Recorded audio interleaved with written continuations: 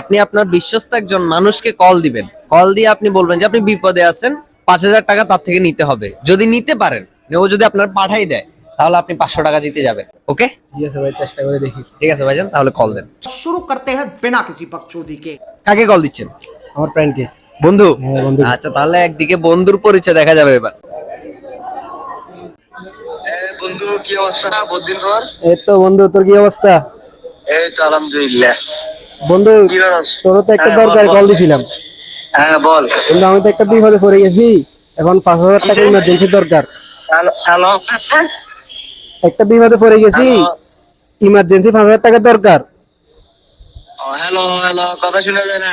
अबे साले। আরে বাইরে হ্যালো? এই টাইমে নে তুই এটা কথা হ্যালো, বল। নেটের সমস্যা, নেটের সমস্যা। তোরে এখন কল দিমু, হ্যাঁ? বন্ধু, কথাটা শুন। কল দিমু, নেটের সমস্যা।